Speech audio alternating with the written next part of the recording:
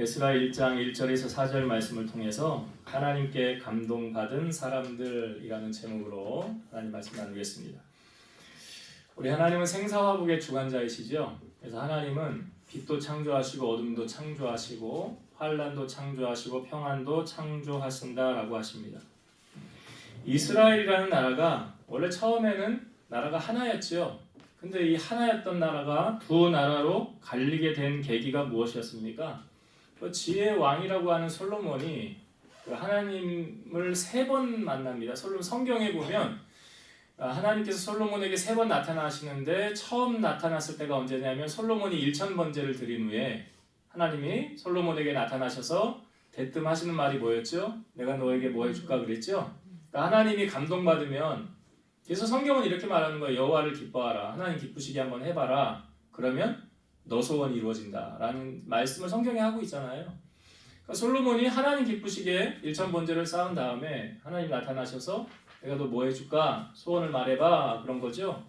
그랬더니 솔로몬이 좋은 작은 아이라고 이 백성을 다스리고 재판을 잘할 수 있도록 지혜를 주옵소서, 그 지혜를 구하잖아요. 그러니까 하나님이 네가 원수 멸하는 것도 구하지 않고 재물도 구하지 않고 장수를 구하지도 않고 네가 지혜를 구했으니 내가 지혜를 주리라. 그러나 네가 구하지 아니한 것까지도 내가 너에게 주리라. 이 뭔 의미가 있습니까? 그 나라와 그 일을 구하면 다 주신다는 거예요. 솔로몬을 통하여 보여주시잖아요. 그리고 두 번째, 하나님께서 솔로몬에게 나타나실 때가 언제입니까? 솔로몬이 성전을 완공하고 난 다음에 하나님 나타나셔서 하시는 말씀이 뭐예요? 내 눈과 내 귀가 항상 여기에 있을 것이다. 그리고 말씀하시잖아요. 너희가 내게 기도하면 내가 여기서 너희의 기도를 들을 것이래잖아요. 그리고 너희를 만나주리라. 그러니까 성전에, 하나님은 성전에 계시는 하나님. 물론 무소부재 어디나 다 계시지만 우리를 더 깊게 은밀하게 만나주시는 곳이 어디입니까? 성전이라는 거죠.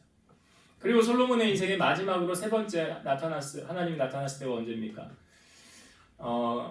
그가 노년의 말년에 솔로몬이 하나님 앞에 잘한 것도 있지만 잘못한 부분을 성경은 우리에게 다 보여주고 있죠. 자기 후궁들이 몇 명이 1000명이라고 그러잖아요. 뭐 300명의 첩이 하여튼 1000명의 아내를 거느린 이 솔로몬이 다 이방 여인들을 데리고 들어올 때 그 여인들이 오면서 뭘 가지고 들어왔대요?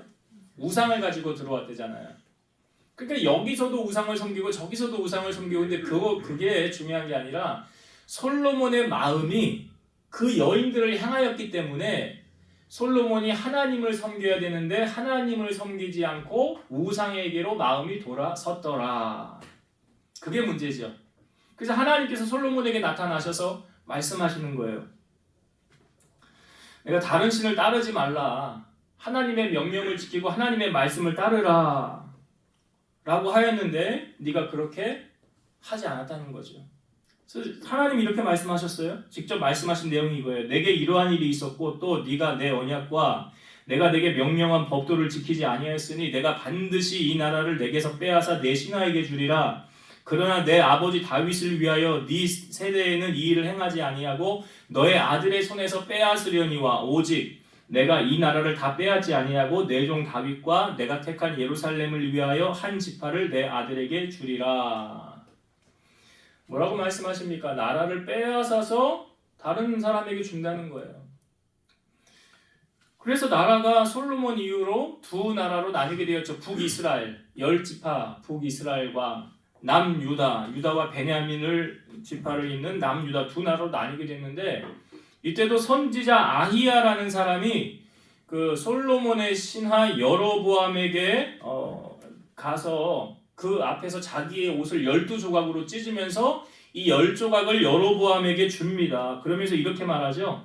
이스라엘의 하나님 여호와의 말씀이 내가 이 나라를 솔로몬의 손에서 찢어 빼앗아 10지파를 내게 주고 오직 내 종 다윗을 위하고 이스라엘 모든 지파 중에서 택한 성읍 예루살렘을 위하여 한 지파를 솔로몬에게 주리니 이는 그들이 나를 버리고 시돈 사람의 여신 아스타롯과 모압의 신 그모스와 암몬 자손의 신 밀곰을 경배하며 그의 아버지 다윗같이 아니하여 내 길로 행하지 아니하며 나 보기에 정직한 일과 내 법도와 율례를 행하지 아니함이니라. 여러분, 한 나라의 흥망성쇠도 하나님이 주관하시잖아요. 이렇게 지금 나라를 반을 쪼개서 다른 사람에게 준대잖아요. 솔로몬에게 지금 하나님 말씀하시는 거잖아요. 그 나라도 주관하시는데 우리 가정이나 우리의 직장이나 사업장이나 말할 것도 없죠. 하나님이 다스리고 계신다는 거 아닙니까? 여러분, 북이스라엘이 그렇게 둘로 나뉘어져서 북이스라엘이 어떻게 멸망했죠? 아수르라는 나라에 의해서 주전 722년에 멸망을 당하게 되죠. 그때 북이스라엘의 마지막 왕인 호세아 왕이에요. 호세아라는 왕이고 선지자가 또 있어요. 우리 성경에 나오는 호세아서는 선지자예요. 그러니까 왕이 아닙니다. 그때 이 북이스라엘이 멸망을 하게 된 계기가 성경에 기록되어져 있어요. 열왕기하 17장 7절에서 8절. 이 일은 이스라엘 자손이 자기를 애굽 땅에서 인도하여 내사 애굽의 왕 바로의 손에서 벗어나게 하신 그 하나님 여호와께 죄를 범하고 또 다른 신들을 경배하며 여호와께서 이스라엘 자손 앞에서 쫓아내신 이방 사람의 규례와 이스라엘 여러 왕이 세운 율례를 행하였음이라. 뭘 말합니까? 지금 저들이 나를 섬기지 않아, 이거예요. 단순하게 말하면 내가 저들 애굽에서 구원해서 지금까지 이렇게 인도해냈는데 나를 섬기질 않아. 나에게서 마음이 떠났어. 여러분, 하나님은 질투합니까? 안 합니까? 하나님 질투하신다고 그러죠? 뭘 질투해? 하나님보다 더 사랑하는 거. 하나님 질투하신대요. 우상을 섬긴 북이스라엘의 최후, 그러니까 성경에 아수르가 이스라엘을 멸망시켰다라고 성경은 보여지죠. 근데 정답은 그게 아니에요. 잘 들어보세요. 열왕기하 17장 18절. 여호와께서 이스라엘에게 심히 노하사 그들을 그의 앞에서 제거하시니 오직 유다 지파 외에는 남은 자가 없으니라. 여기 앞부분에 어떻게 시작해요? 여호와께서 이렇게 시작하잖아요. 그러면 북이스라엘을 멸망시킨 분이 누구래요? 아수르예요? 열왕기하 17장 22, 23절. 이스라엘 자손이 여로보암이 행한 모든 죄를 따라 행하여 거기서 떠나지 아니하므로 여호와께서 그의 종 모든 선지자를 통하여 하신 말씀대로 드디어 이스라엘을 그 앞에서 내쫓으신지라. 우리가 십계명, 다른 건 몰라도 십계명은 꼭 묵상하고 알아야 되잖아요. 그 십계명의 첫 번째가 뭡니까? 너는 나 외에 다른 신을 내게 두지 말라고요. 두 번째는 무엇입니까? 너는 자기를 위하여 새긴 우상을 만들지 말고 그것에 절하지 말라라고 하셨어요. 여러분, 우상에 대한 개념을 제가 여러 번 말씀드렸죠. 어떤 형상으로 만들어 놓고 절하고 섬기는 게 우상이 아니라고 그랬잖아요. 여러분, 우상에 대한 개념 확실하게 아시죠? 그 말씀을 하시면서 그 다음에 하나님이 이렇게 말씀하시죠. 나 너의 하나님 여호와는 질투하는 하나님이시죠. 나를 미워하는 자의 죄를 갚되 아버지로부터 아들에게로 3, 4대까지 이르게 하거니와 나를 사랑하고 내 계명을 지키는 자에게는 1000대까지 은혜를 베푸느니라. 그러니까 하나님만 잘 섬기면 1000대의 복을 누린다는 거 아니에요. 이거 하나님의 약속이잖아요. 그렇게 북이스라엘이 멸망을 당하게 되죠. 하나님에게서 마음이 떠나니까. 그럼 남유다는 어떻게 됐습니까? 남유다는 멸망했어요? 안 했어요? 여러분, 남유다가 활동할 당시 이제 나라가 멸망하기 전에 마지막으로 활동한 선지자가 예레미야예요. 예레미야를 우리는 눈물의 선지자라고 말합니다.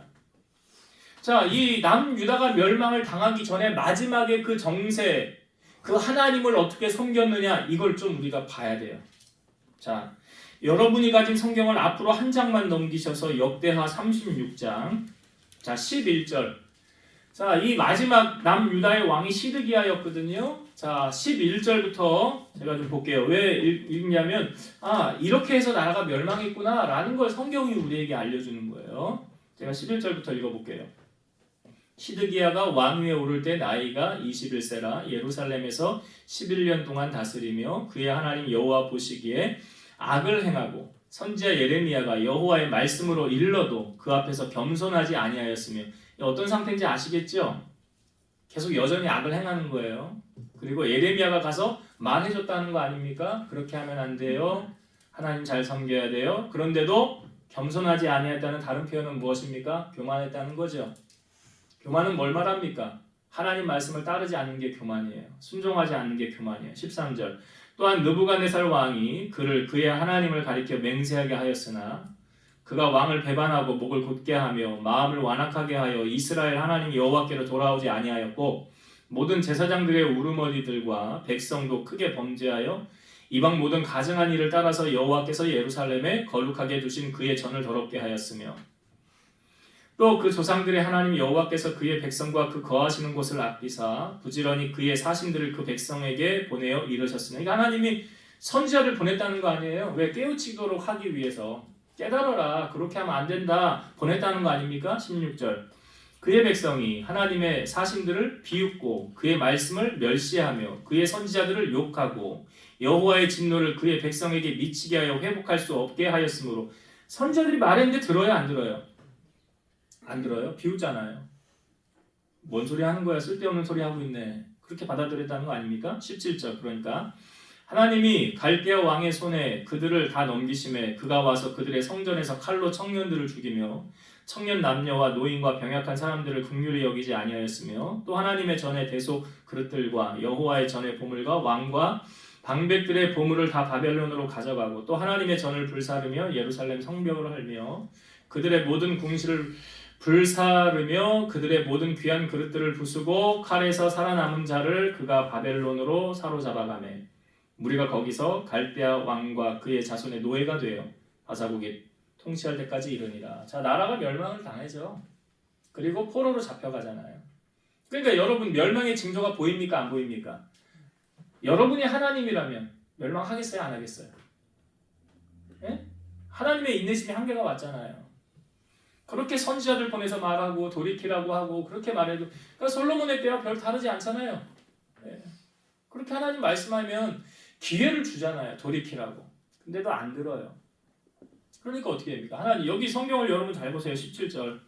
하나님이 갈대아 왕의 손에 그들을 다 넘기시네. 누가 넘기셨다고요? 그러니까 하나님이 복도 주고 화도 주신대잖아요. 하나님이 이렇게 하시는 거예요. 사람이 하는 게 아니라고. 그러니까 남유다도 그런 거예요. 저들의 죄악으로 말미암아 하나님이 심판한 거 아닙니까? 그럼 이스라엘의 역사 속에서 사실은 이스라엘은 이렇게 멸망을 당했으면 사라져야 되는 게 맞죠.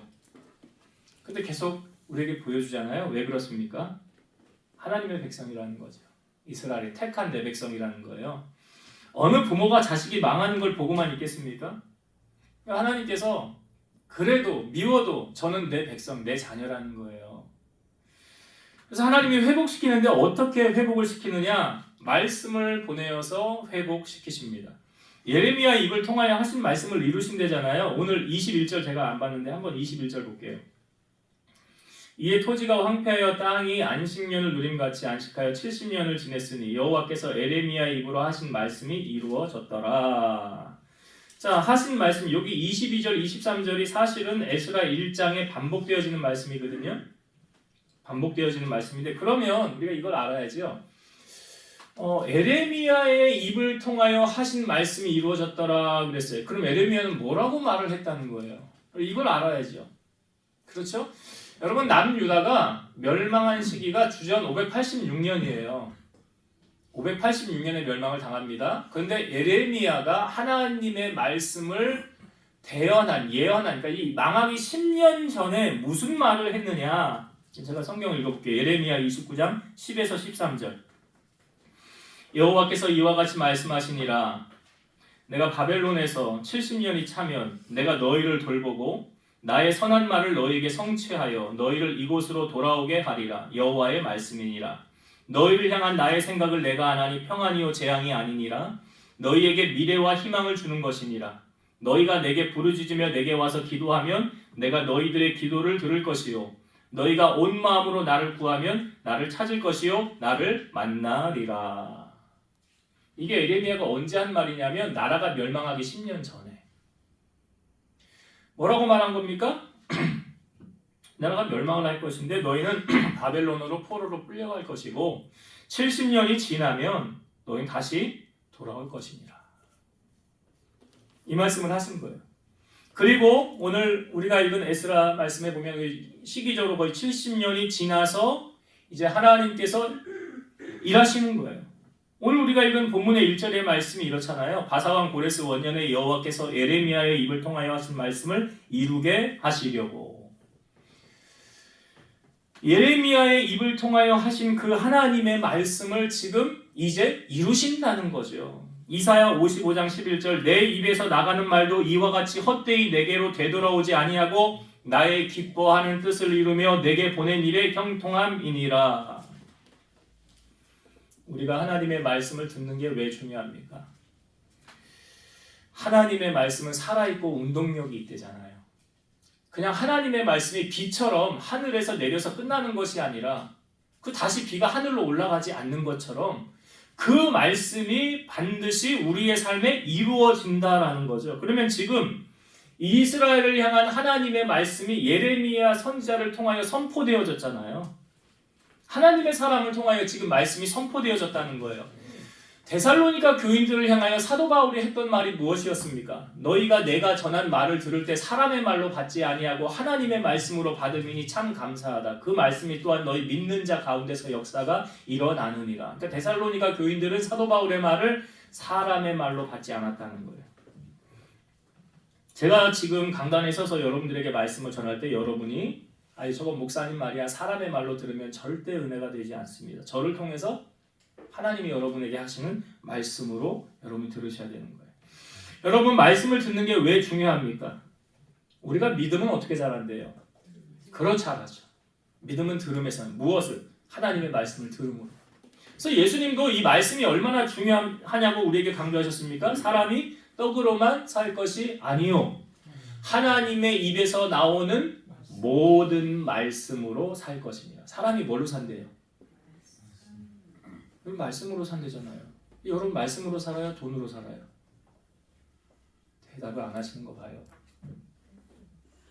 여러분 말씀으로 살아야 돼요. 예수님 말씀하셨잖아요. 이스라엘 백성 40년 광야 생활할 때 굶어 죽은 사람 없었잖아요. 왜? 하늘에서 만나가 내렸으니까. 그 만나는 뭘 비유하는 거예요? 말씀이잖아요. 그래서 예수님께서 이 말씀의 중요성을 우리에게 강조하시기 위해서 씨 뿌리는 비유를 해주시지 않았습니까? 인자가 씨를 뿌린대요. 씨는 뭐예요? 말씀이잖아요. 근데 그 씨를 누가 와서 빼앗아가는데? 새가 와서 빼앗아가는데 새는 뭐예요? 마귀가. 그래서 네 종류의 밭의 비유를 우리에게 보여주지 않습니까? 처음에는 뭐예요? 길가. 길가에 씨가 뿌려지니까 어떤 현상이 나타났어요? 새가 와서 말씀을 빼앗아가더라. 왜 뺏어갔는지 아세요? 성경이 말하죠. 구원을 얻지 못하도록 하기 위해서. 구원 얻지 못하게 하기 위해서. 그러니까 길가 밭에 있는 사람은 구원을 받을 수 없다는 거 아니에요. 왜? 말씀을 누가 빼앗아가니까? 마귀가 빼앗아가니까. 여러분 저 말씀들 정신 똑바로 차리셔야 돼. 딴 생각하거나 잡념 버리면 안 돼. 돌아다녀도 안 되고요. 그 말씀에 집중해야 돼요. 그거는 마귀가 내가 은혜 받는 걸 싫어하잖아요. 내가 은혜 받으면 그 다음 나타나는 현상이 뭔지 아세요? 하나님의 역사가 나타나니까. 은혜를 받은 자에게 하나님의 역사가 나타나니까. 그러니까 마귀는 우리가 은혜를 못 받게 하려고 자꾸 방해 공작을 일으키고 새가 와서 말씀을 빼앗아간다고 하는 거예요. 길가에 씨앗이 뿌려지면 당연히 못 자라죠. 두 번째는 어디래요? 돌밭이래잖아요. 돌밭은 말씀을 듣고 즉시 기쁨으로 받으나 뿌리가 없어 잠시 견디다가 환난이나 박해가 오면 넘어지는 자래요. 이거 뭐 요즘 말로 하면 이런 거죠. 금사빠, 금사시. 은혜는 받아 할렐루야 아멘. 근데 즉시 받으나 즉시 잊어버려요. 아주 은혜 오늘 충만히 받았어. 나가는 순간 다 잊어버리는 거. 왜요? 뿌리를 내리지 못하니까. 넘어지잖아요. 나무가 뿌리를 못 내리면 당연히 넘어지듯이 신앙의 뿌리가 깊지 못하면 그래서 환난을 당할 때 보면 그 사람 믿음의 수준이 보이는 거예요. 믿음의 뿌리가 내리지 않으면 그냥 넘어지는 거예요. 이리 넘어지고 저리 넘어지고 툭하면 넘어지는 거예요. 이게 뭐냐면 돌밭이에요. 세 번째는 어디래요? 가시떨기래잖아요. 가시떨기. 말씀을 들으나 세상의 염려와 재물의 유혹에 말씀이 막혀 결실하지 못하는 사람. 씨앗이 뿌려지긴 했는데 올라오질 못해. 가시덤불 때문에. 올라와야 열매를 맺잖아요. 올라오질 못하는 거예요. 왜 못 올라온대? 성경이 말하죠. 세상의 염려와. 그러니까 여러분, 염려도 미리 앞서서 하는 거 성경적이 아니죠. 성경은 뭐라고 말해? 너희 염려를 주께 맡겨라 그랬어요. 그러니까 믿음의 사람은 염려를 맡기고 살아요. 근데 믿음 없는 사람은 내가 짊어지고 살아요. 그 차이예요. 그런데 염려의 96%는 사실 이루어지지 않는다잖아요. 그러니까 안 이루어지는 걸 미리 염려하고 있는 거예요. 이게 가시덤불이에요. 또 재물의 유혹. 부자 청년 생각나지 않습니까? 재물의 유혹. 그래서 결실을 못하는 것. 마지막으로 좋은 땅은요. 착하고 좋은 마음으로 말씀을 듣고 지키어 인내로 결실하는 사람. 그러니까 말씀을 들을 때도 여러분 어떤 마음으로 들으면 착하고 좋은 마음이래잖아요. 내 심령밭이 먼저 개간이 되어져서 여기에 딱 씨앗이 심어지면 아주 열매를 잘 맺을 그런 상태가 내 마음의 상태가 되어졌을 때 은혜가 임하는 거예요. 그걸 좋은 땅이라. 그래서 착하고 좋은 마음으로 말씀을 듣고 그 다음 뭐래요? 지키는 거예요. 그냥 머리로 알고만 있는 게 아니라고요. 살아야 돼요, 말씀대로. 그리고 인내로 결실하는 거래잖아요. 여러분, 믿음이 자라야 하나님의 역사를 맛볼 수 있는 거 아닙니까? 마태복음 17장 20절 이르시되 너희 믿음이 작은 까닭이니라.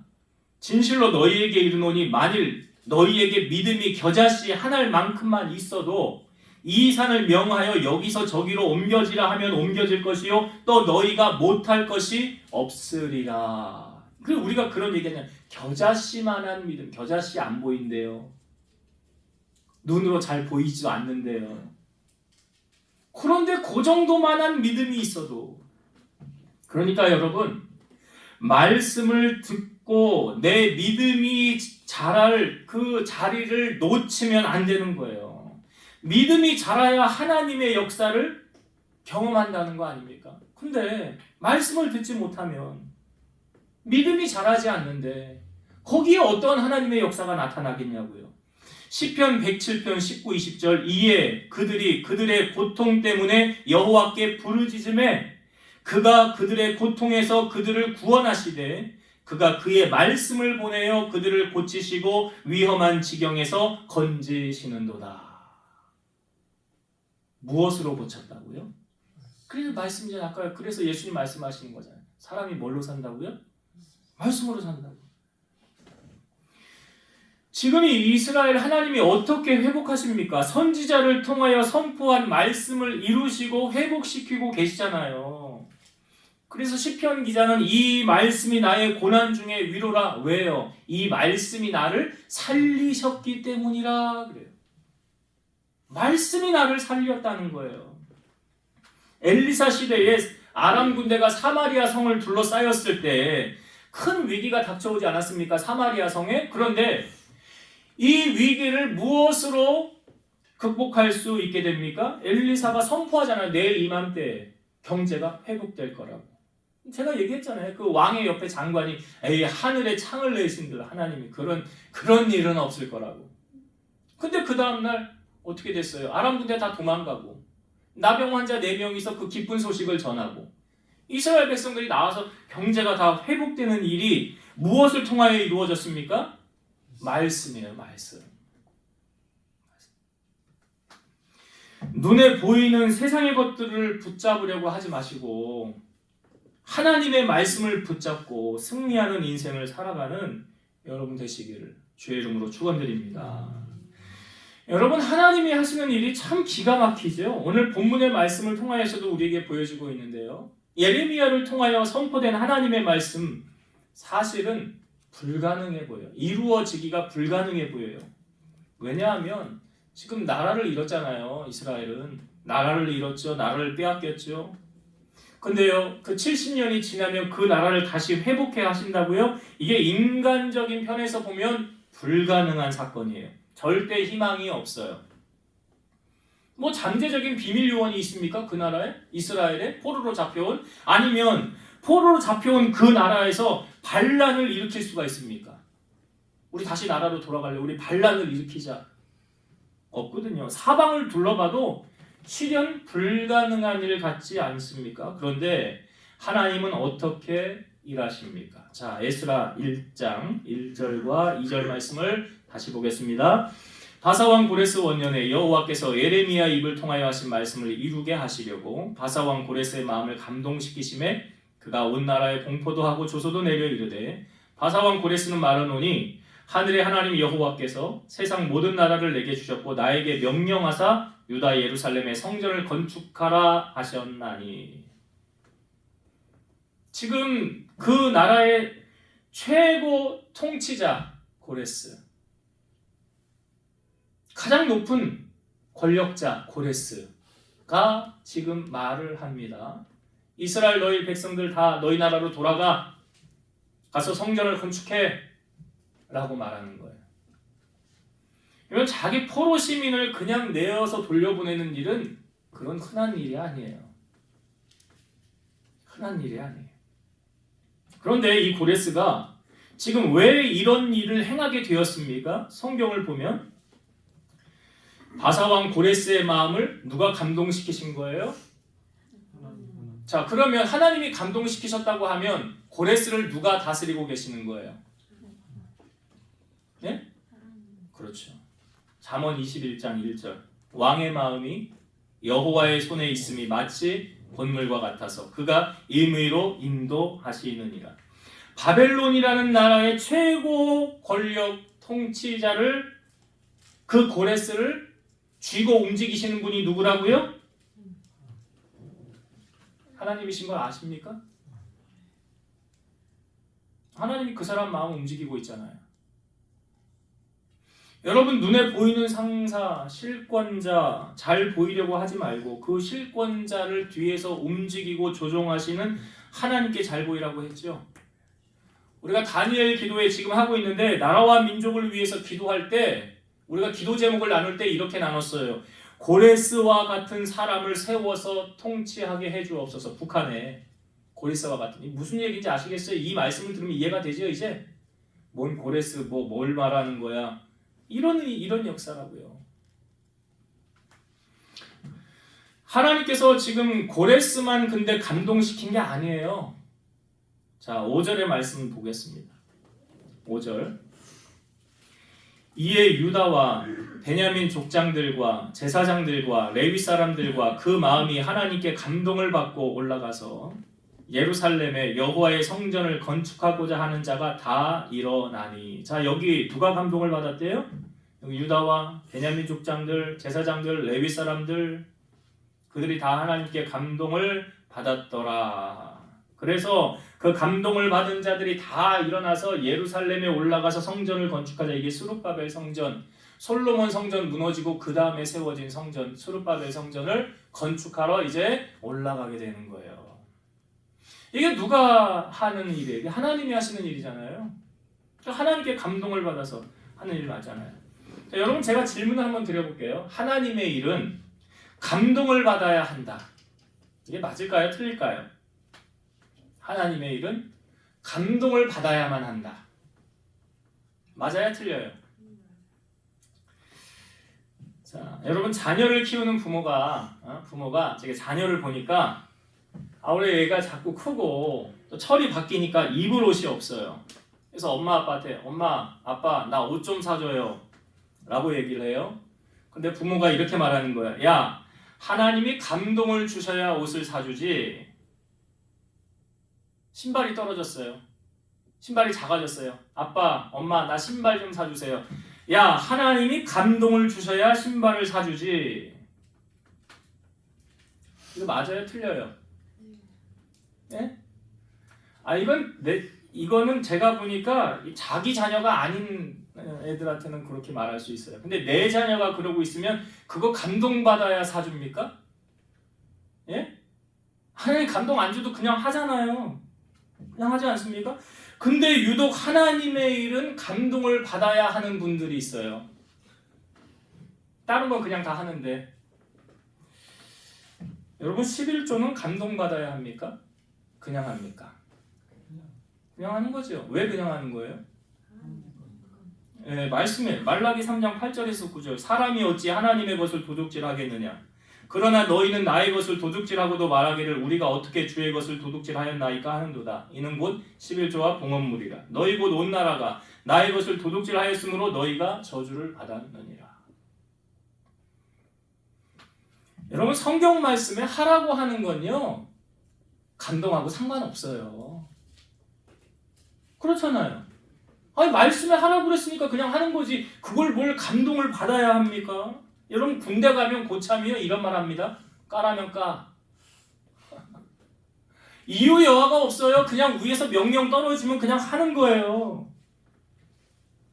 여러분 신앙생활도요 말씀에 하라고 하면 하는 거고요 하지 말라 그러면 안 하면 돼요. 이거는 감동하고 전혀 상관이 없는 거예요. 근데 제가 보기에 작은 일을 하는데 뭐 감동이 필요할까? 예를 들면 이런 거잖아요. 나 교회 청소를 좀 해야 되겠는데 감동받아야 청소합니까? 나 주방 봉사를 좀 해야 되겠는데 감동받아야 주방 봉사합니까? 진짜 감동은요 내가 할 수 없는 일을 하나님이 하라고 하실 때 내가 할 수 없는 걸 하나님이 시키실 때 하나님 그런 감동을 주세요. 예수님께서 그 베드로를 부르셨을 때 그 한 마리도 물고기를 못 잡았을 때 말씀을 전하시고 깊은 데 그물을 내려보아라. 고기를 잡았어요. 베드로가 주님 앞에 엎드립니다. 주여 저는 죄인입니다. 저를 떠나소서 라고 말합니다. 그때 예수님께서 나를 따라오너라. 내가 너로 사람을 낚는 어부가 되게 하리라. 그랬어요. 그런데 이때 베드로가 좀 생각을 해야 될 거 아니에요. 주님 잠깐만요. 이 하나님이 내게 감동을 주셨는지 안 주셨는지 내가 좀 생각을 해보고 나서 그 다음에 좀 따르든지 순종을 하든지 할게요. 그랬나요? 성경에 이렇게 표현되어 있어요. 마태복음 4장 20절 그들이 곧 그물을 버려두고 예수를 따르니라. 뭐 감동 받아서 따라간 거예요? 아니잖아요. 말씀해 보니까 그들이 곧 그물을 버려두고 그때 나중에 베드로가 이 부자 청년 이야기를 꺼낼 사건이 있은 다음에 베드로가 이렇게 말하죠. 우리가 우리의 것을 다 내버리고 주를 따랐나이다 라고 말해요. 이 말은요 베드로가 그때 감동받아서 한 게 아니에요. 주님이 말씀하셨으니까 그 말씀대로 살아야 되니까 그러니까 감동보다 말씀이 먼저라는 거죠. 지금 고레스의 감동과 유다, 베냐민 족장들, 제사장들, 레위 사람들의 감동 이곳에 이제 정착해서 와서 거기에 어떻게 보면 여기 있는 사람들이 생활의 모든 터전을 다 내려놓고 가야 되는 거잖아요. 나 이제 자리 잡았는데 나 이제 여기 살만한데 그런데 하나님이 그냥 거기 있는 거 다 내려놓고 가라. 마치 아브라함에게도 그렇게 말씀하시지 않으셨습니까? 너는 너의 본토 친척 아비 집을 떠나 내가 너에게 지시할 땅으로 가라. 나중에 이삭을 선물로 아브라함에게 주었을 때 이삭을 바쳐라라고 했을 때도 아브라함이 하나님 잠깐만요. 내가 감동을 받았나 안 받았나 생각해보고 이걸 순종을 하든지 말든지 할게요. 그랬나요? 아니잖아요. 그냥 하잖아요. 그냥 왜? 말씀하셨으니까. 내게 말씀하셨으니까. 여러분 하나님의 말씀이 선포되어지면 무조건 순종하는 것이 신앙인의 자세지요. 나는 하기 싫은데 하나님이 자꾸 하라고 하니까 내가 감동을 받아야 해야 되겠어. 이건 미루는 거잖아요, 사실은. 삭개오라는 사람이 예수님을 만나고 싶어 했죠. 근데 사람들이 미워했잖아요. 그래서 예수님 주변에 못 가고 나무 위에 올라갔다가 예수님이 올 때 예수님 봐야 되겠다. 예수님이 지나가면서 그냥 지나치지 아니하시고 나무 위에 있는 삭개오를 부르시잖아요. 삭개오야 내려오라. 내가 오늘 너의 집에 유하여야 되겠다. 삭개오가 기뻐서 예수님을 자기의 집에 모셔놓고 가장 먼저 한 말이 뭔지 아세요? 이렇게 말했어요. 주여 보시옵소서 내 소유의 절반을 가난한 자들에게 주겠사오며 만일 누구의 것을 속여 빼앗은 일이 있으면 4배로 갚겠나이다. 여러분 이거 삭개오가 감동받아서 한 것 같아요? 어우, 내 재산의 절반? 여기 여러분들 가운데 하나님이 너 재산 절반을 나에게 바쳐라 하면 할 사람이 얼마나 될까요? 자신 있게 손들 수 있어요? 왜 못 넣는 건지 아세요? 그게 주인이니까 못 넣는 거예요. 근데 삭개오는 주인이 바뀐 거예요. 물질이 내 삶의 주인에서 주님이 내 삶의 주인으로. 여러분 어제 다니엘 기도에 은혜 많이 받으셨지요? 거기서 이런 질문 하셨잖아요. 여러분의 주인은 뭡니까? 납니까? 나의 주인은 납니까? 성경은 이렇게 말하죠. 내가 너를 값으로 샀다라고 말하잖아요. 그러니 너의 소유권이 누구에게 바뀌었대요? 우리가 말로는 하나님이 내 삶의 주인이십니다라고 말은 잘해요. 근데 삶으로 그게 이어지느냐 말이에요. 삶으로 연결이 됩니까? 그러면 시간조차도 내 시간이 아니잖아요. 그 시간도 하나님 권한 아니에요? 우리의 생명이 하나님의 권한이라고 한다면 시간도 하나님의 손안에 있는 거잖아요. 물질은 뭐 말할 것도 없죠. 그러니까 주님이 주인 되어지지 않는 자의 삶은 진짜 크리스찬이라고 보기 어렵죠. 무늬만 크리스찬일 수 있어요. 그 탈북했던 정유미 자매가 그 주제가 뭐였어요? 주님만이 뭐래요? 왕이십니다. 그 다른 말로 주님이 내 삶의 주인이라는 거예요. 여러분은 누구의 통치를 받고 있어요? 주님의 통치를 받고 있습니까? 우리는 분별을 잘해야 돼요. 판단을 잘해야 돼요. 선택의 순간에 하나님을 선택할 것인가? 자식 말을 선택할 것인가? 하나님을 선택할 것인가? 남편의 말을, 아내의 말을 선택할 것인가? 하나님을 선택할 것인가? 실권자, 내 목숨줄 주고 있는 그 사람의 말을 선택할 것인가? 선택은 여러분의 몫이에요. 그러나 주님이 주인이시라고 한다면 우리는 주님의 명령에 따를 거예요. 자, 하나님께 감동을 받은 사람들이 이제 돌아가려고 하죠. 근데 오늘 말씀해 보니까 그 성전을 짓기 위해서 필요한 것이 있잖아요. 그것을 어떻게 충당하였느냐? 자, 오늘 성경 말씀 4절 보겠습니다. 그 남아있는 백성이 어느 곳에 머물러 살든지 그곳 사람들이 마땅히 은과 금과 그 밖의 물건과 짐승으로 도와주고 그 외에도 예루살렘에 세울 하나님의 성전을 위하여 예물을 기쁘게 드릴지니라 하였더라. 성전을 세울 예물을 어떻게 드렸대요? 기쁘게 드렸더라. 6절도 한번 볼까요? 또 반복해서 나오는데 6절. 그 사면 사람들이 은그릇과 금과 물품들과 짐승과 보물로 돕고 그 외에도 예물을 기쁘게 드렸더라. 자, 여기 예물을 드리는데 어떤 마음으로 드렸대요? 기쁨으로 드렸더라. 기쁨으로 드렸더라. 여러분, 사랑하는 사람에게 무엇을 주면 마음이 어때요? 기뻐요? 슬퍼요? 괜히 했다 싶어요? 아니죠. 뭐라도 더 주고 싶지 않아요? 그 마음을 얻으려고 뭘 사주면 좋아할까 고민하고 많이 생각하지 않습니까? 우리가 주일에 예배 드리면서 예물을 드립니다. 헌금을 드려요. 연보를 드려요. 드릴 때 반응이 이제 여러 반응이 있는데요. 이것이 사람에게 하는 사람이 있고요. 하나님께 드리는 사람이 있어요. 이게 그 뒤에 반응을 보면 딱 알아요. 이런 반응을 나타내는 사람. 내가 말이야 이 교회를 이끌고 가고 있는데 내가 여기 얼마나 많은 헌금을 하는지 나를 이렇게밖에 대우하지 않아? 이 사람은 하나님께 하는 사람이에요? 사람에게 하는 사람이에요? 그렇죠. 잘 아시네요. 사람에게 하는 거예요. 이 사람은. 예수님은 우리에게 구제든 기도든 사람에게 하라고 하지 않아요. 그러니까 사람에게 나팔불라라고 말하지 않습니다. 예수님이 이렇게 가르쳤죠. 오른손이 하는 것을 왼손이 모르게 하라. 이렇게 하라는 이유는 마태복음 6장 4절 내 부재함을 은밀하게 하라. 은밀한 중에 보시는 너의 아버지께서 갚으시리라. 은밀하게 하라. 왜? 은밀하게 하라는 의미는 아무도 모르게 하라는 거잖아요. 나팔 불지 말라는 거잖아요. 그 이유가 뭐래요? 이유가 너의 아버지의 상급 받길 원한다며. 하나님의 상급을 받길 원한다며. 그러니까 기도하는 것도 여기 외식하는 자들은 어떻게 기도한대요? 사람에게 보이려고 한대잖아요. 큰 회당과 거리 어귀에 서서 한대잖아요. 예수님이 이렇게 말씀하셨어요. 이들은 자기 상을 이미 받았느니라. 하나님 상 없다는 거예요.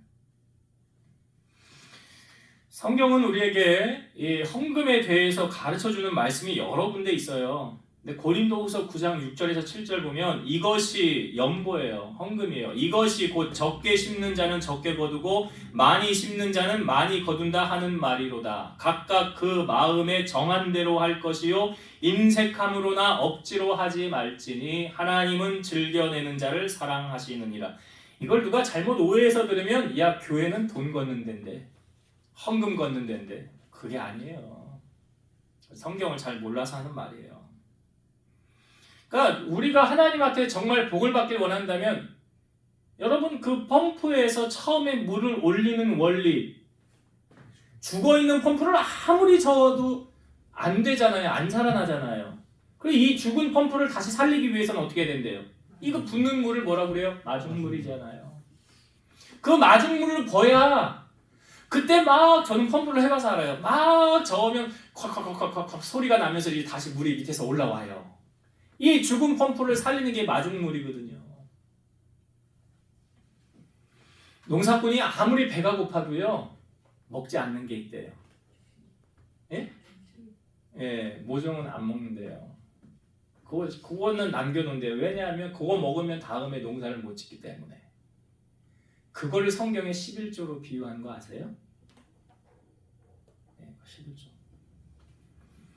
우리가 심은 대로 하나님 거두게 하신대요. 그래서 적게 심은 자는 적게, 많이 심은 자는 많이 거둔대요. 근데 여러분 예물을 드릴 때 오늘 우리가 읽은 본문의 말씀에 보면 예물을 어떤 마음으로 드릴 때요? 기쁘게 했대잖아요. 기쁘게. 여기 인색함으로나 억지로 하지 말래요. 시편의 말씀에 보면 다른 신에게 예물을 드리는 자는 괴로움이 더한데요. 근데 하나님께 드리는 자는 기쁨이 있어요. 기쁨이 넘쳐요. 다윗이 성전은 짓지는 못했지만 성전을 지을 준비를 다 해놓지 않았습니까? 역대상 29장 14절 나와 내 백성이 무엇이기에 이처럼 즐거운 마음으로 드릴 힘이 있었나이까? 모든 것이 주께로 말미암아 싸우니 우리가 주의 손에서 받은 것으로 주께 드렸을 뿐이니이다. 여기 다윗이 성전 건축을 준비하는데 어떤 마음으로 했대요? 즐거운 마음으로 드릴 힘이라고 표현하잖아요. 그리고 모든 것이 주께로부터 말미암았다. 다 주님이 내게 주신 것이다. 그러니까 우리는 청지기의 사명을 잘 감당해야 되는 거죠. 물질이 있는 곳에 마음이 있다고 합니다. 예수님은 너희의 보물을 어디에 쌓아놓으라고 그래요? 땅에 쌓아놓으라고 하지 않아요. 하늘에 쌓아놓으라. 거기는 조미나 동록이 없고 해함이 없느니라. 그래서 우리가 천국 가면 하나님 상급을 누리는데 이 땅에서 우리가 심은 것을 가지고 천국에서 누리는 거예요.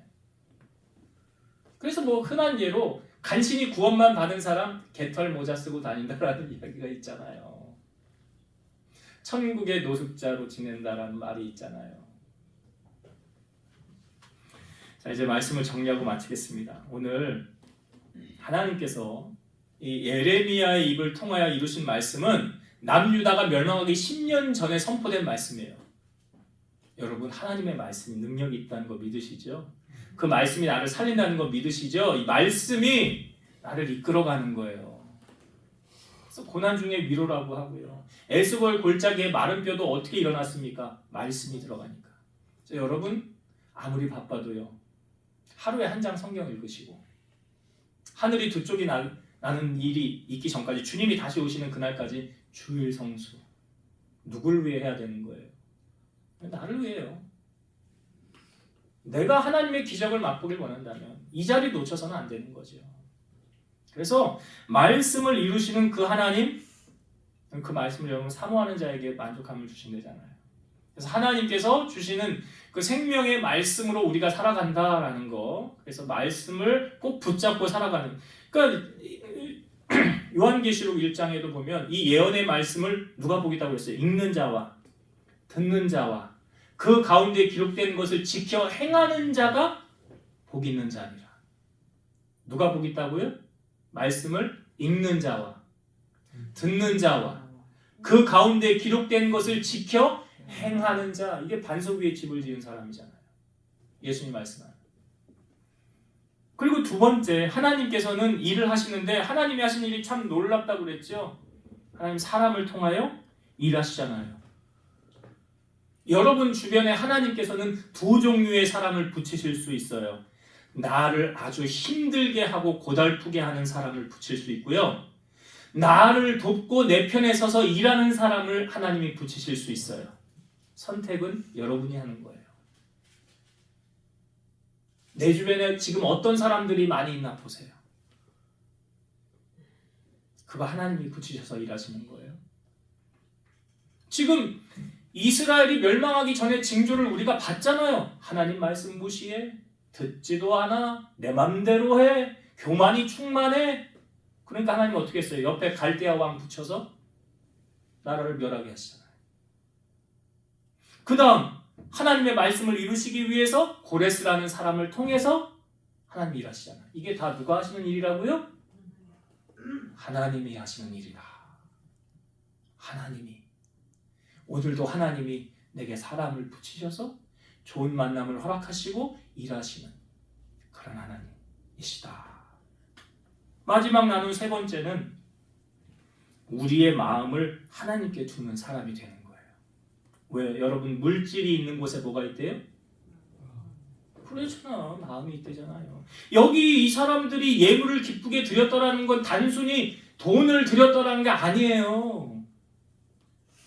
여러분 헌금할 때 그냥 돈 드립니다 아니라고요. 거기에 뭐가 있는 거예요? 내 마음 드립니다예요.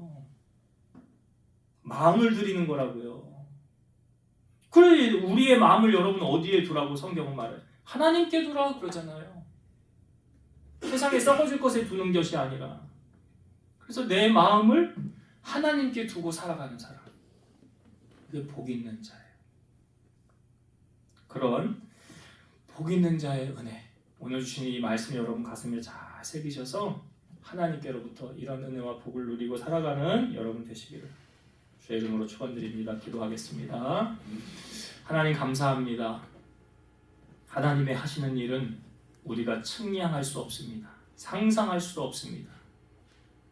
나라가 멸망하여서 이제 끝나는 시점에 하나님은 예레미야 입을 통하여 말씀하십니다. 너희를 향한 나의 계획이 있는데 절망이 아니라 재앙이 아니라 희망이고 새로운 꿈을 주려 함이라고 말씀하셨습니다. 우리가 하나님의 말씀을 붙잡고 나아가면 이런 절망 가운데서 하나님은 우리에게 희망을 주시고 아무것도 없는 무에서 유를 창조하시고 비전이 없는 그곳에 하나님의 꿈을 주셔서 하나님이 이를 이루어 가십니다. 그 생명의 말씀을 붙잡고 나아가는 우리가 되게 하옵소서. 또한 하나님은 오늘도 사람을 통하여 일하십니다. 나를 통하여도 일하시지만 내게 사람을 붙이셔서도 하나님이 일하십니다. 그 하나님의 일하심을 저를 목격하게 하시고 내 주변에 하나님의 성품을 닮은 믿음의 선한 사람들을 하나님 많이 붙여주셔서 좋은 만남을 통하여 하나님의 뜻을 이루어가는 우리 성도들 되게 하시고 우리의 마음이 하나님을 향하여 떠나지 아니하고 다윗이 여호와를 항상 내 앞에 모심이요 그가 나의 우편에 계심으로 내가 요동하지 아니하리로다 하였사오니 하나님을 늘 목전에 두는 늘 마음에 새기는 우리 성도들 되셔서 하나님의 은혜 가운데 승리하는 인생 살아갈 수 있도록 축복하여 주옵소서. 예수님의 이름으로 기도드리옵나이다. 아멘.